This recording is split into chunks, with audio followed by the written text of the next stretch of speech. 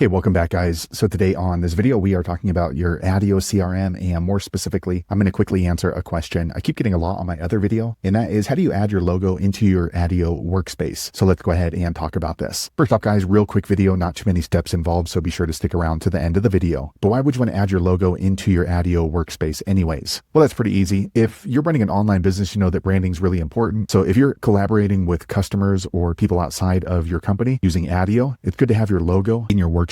Whatever the case is, it's a pretty easy process. It's handled here in your Attio dashboard. Check my video description. I'll try to leave the written instructions there as well. But I've already logged into my Attio, and this is the home screen. Now here on the home screen, if you want to add your logo into your workspace, on the top left, click on your workspace name. Once you do that, you want to click on Workspace Settings. Okay, once you do that, you're going to see the General section. If you don't see this for whatever reason, here on the left side, make sure you've clicked on Workspace General right here. Next, what you want to do is click on this blue Upload Logo button. Okay, next I grabbed a logo. All right, quick second later, it refreshes. And now you can see I have my logo inside of my Attio Workspace. So there you have it, guys. If you're wondering how to add or even change your logo in your Attio Workspace, that's the easiest way I know how to do it. If you know an easier way, be sure to leave a comment below. Let the rest of us know how you did it. Hopefully you found that video useful. If so, click thumbs up or maybe consider subscribing to my channel, and I hope to see you on the next video. Thanks again for watching.